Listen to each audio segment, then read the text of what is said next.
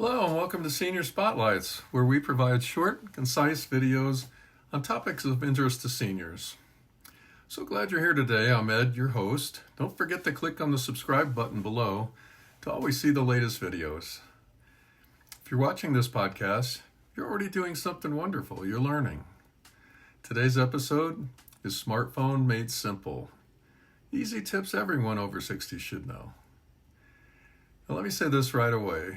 If smartphones ever feel confusing, frustrating, or too fast, you're not alone. These little devices weren't designed with seniors in mind at first. So if you've ever thought, this thing is smarter than I am, don't worry, it's not true. By the end of this episode, you'll feel more confident, more comfortable, and more in control of your smartphone. We'll talk slowly, keep things simple, and there are no silly questions here. So grab your phone if you have it nearby, or just listen and relax. Let's begin. First, let's talk about what a smartphone really is. Smartphone's a phone, camera, a letter writing machine, photo album, a map, sometimes a flashlight. It's all rolled into one. Buttons you should know most.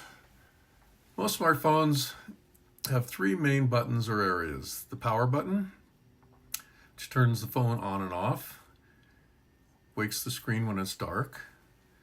The volume buttons make the sound louder or quieter. It's helpful for phone calls and videos. The screen, this is where you tap, swipe, and read. Helpful tip, if your screen feels too small to read, don't worry, we'll fix that later. Next, smartphones respond to your fingers, not force. Here are the main movements. Tap, just touch once, gently. It's kind of like knocking on a door. Swipe, just slide your finger across the screen slowly. There's the pinch. Sometimes when you do map, you got to do two fingers together to make things smaller. Spread, two fingers apart to make things bigger. Reminder, you do not need to press hard. The light touch works best. If something doesn't happen, it's okay, just try again. Okay, now this is one of the more important sections. Make text bigger. If words are too hard to read, open settings, look for display or accessibility, find text size or font size, and you make it bigger. There's no prize for small print. Big text is better, although not too big. My dad used to call me with questions I would head over, and when I would pick up his phone, the text would be so big it'd just be one word. You might want to scale it back a bit from that. Make the sound louder and clearer. Use the volume buttons on the side. In settings, look for sound. You can increase the ringtone volume, the call volume, and notification sounds. If you miss calls often, choose a loud ringtone that you recognize. Save important contacts instead of memorizing numbers. Save names like, daughter Mary or Dr. Smith or neighbor John. Once saved, you could just tap the name to call. Answering a call. When the phone rings, look for a green button or swipe to answer. To hang up, just tap the little red button down below. And that's it. No rushing, no panic.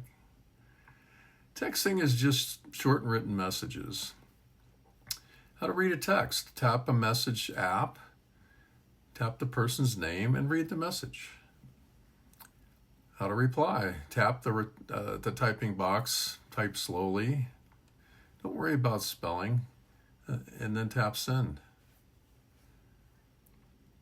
You can use voice typing. Look for small microphone on the keyboard, tap it, and talk instead of typing. You might want to double check that once you've done that. Taking pictures. Your phone has a camera, and it's usually a good one. Taking the photo. Open the camera app, point the phone, tap the circle button at the bottom. That's it. Viewing photos, open photos or gallery. Swipe left or right to see pictures. Sometimes it's up and down. Photos are wonderful, but don't feel pressure to take the perfect ones. Memories matter more than perfection. I often think back to the days of the film cameras, when you had to put the film in, and even the cameras with the small disc we had to insert. And the cameras were pretty good size. Some pro photographers still use them. But for most of us, the advances added to the phone when it comes to photos has been a real convenience. And this part is very important. These are things to be careful about. Don't click links from strangers. Don't share passwords, bank details, or social security numbers. If something sounds urgent or scary, just pause. Scammers want you to rush. See our Senior Spotlights podcast on scams, and we have more detailed information. A strong password tip. Use something you'll remember, like a phrase, a mix of letters and numbers, and then write it down and keep it somewhere safe if needed. That's okay. Before we finish, I want you to hear this. You're not too old to learn this technology. We're not slow. You're learning at your own pace, and that's perfect. Every tap you make is progress, and every mistake is always learning.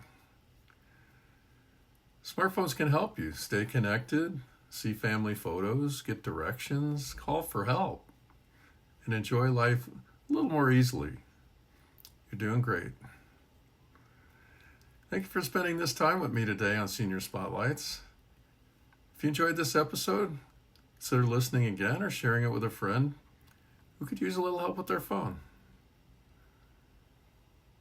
We welcome your comments on seniorspotlights.com. You don't need to know everything, just one new thing at a time. Till next time, stay well, stay curious, and keep thriving.